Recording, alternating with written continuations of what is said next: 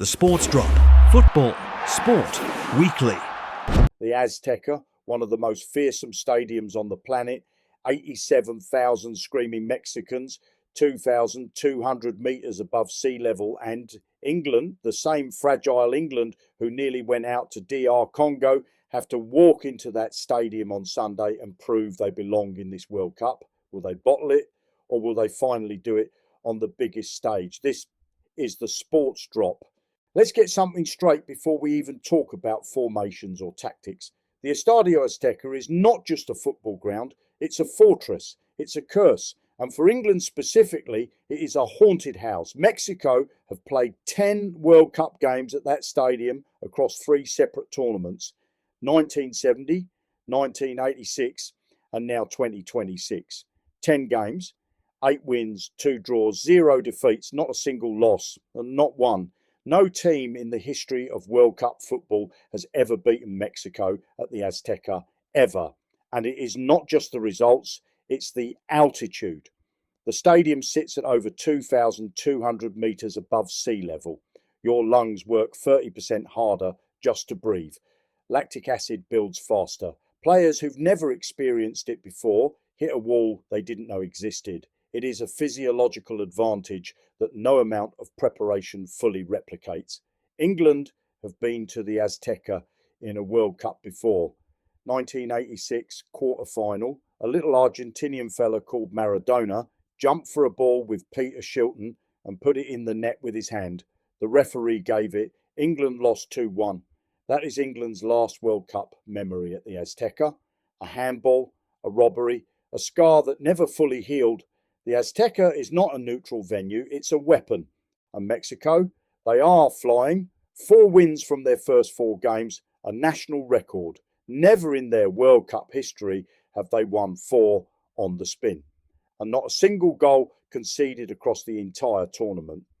They are the only side in this entire World Cup who have yet to let one in. 48 teams and only one, Mexico, has a clean sheet run going into the round of 16.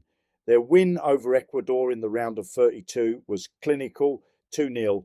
Julian Quinones opened the scoring. Raul Jimenez put it to bed, compact, composed, ruthless on the counter. Javier Aguirre's side know exactly what they are doing. They have waited 40 years to go beyond the quarter-finals at the World Cup. Both times they actually reached the last 8, 1970 and 1986. It was on home soil. They smell it. And on Sunday at the Azteca, with 87,000 of their own behind them, they will believe this is their moment. Now let's be honest about England, because Wednesday was not pretty. They went 1-0 down after 7 minutes to DR Congo against a side ranked 40 places below them.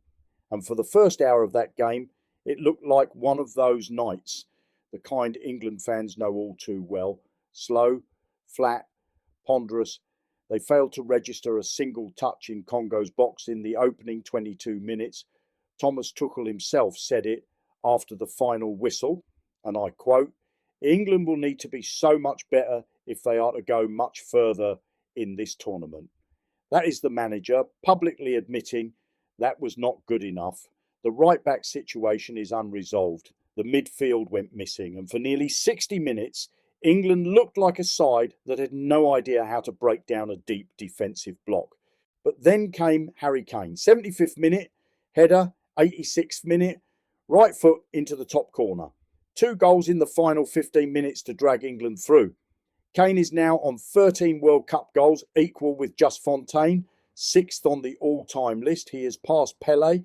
He now has 84 goals for England in total, and he has 5 World Cup knockout stage goals. Only Gary Lineker has more for England with 6. He was the first England player to score a brace in a World Cup knockout game, since Lineker did it against Cameroon in the 1990 quarter-finals.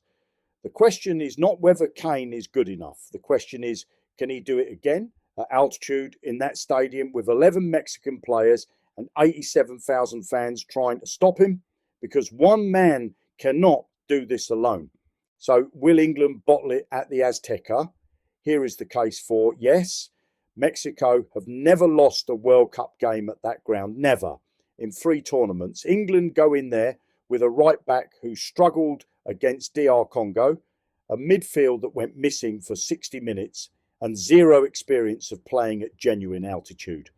Had 87,000 hostile fans, a crowd atmosphere unlike anything these players have encountered, and a Mexican side who have yet to concede a single goal, and the omens are not great. The Azteca has swallowed bigger sides than England. Here is the case for no. Harry Kane is in the form of his life. He has 13 World Cup goals, and he has a habit of turning up when England need him most. They know how to grind wins out, and 60 years of hurt, that is a powerful motivator. The last time England played in a World Cup at the Azteca, a handball robbed them. This time, there is no Maradona in the way. It's England, so it will not be straightforward. It never is. But the talent is there. The belief, that's what Sunday will test. Will they bottle it at the Azteca, or will they silence that crowd and take one giant step towards ending 60 years of hurt? Drop your prediction in the comments below and subscribe to the Sports Drop, because whatever happens on Sunday, we will be covering every angle, every result and every reaction right here. This is England's biggest test. Don't miss it.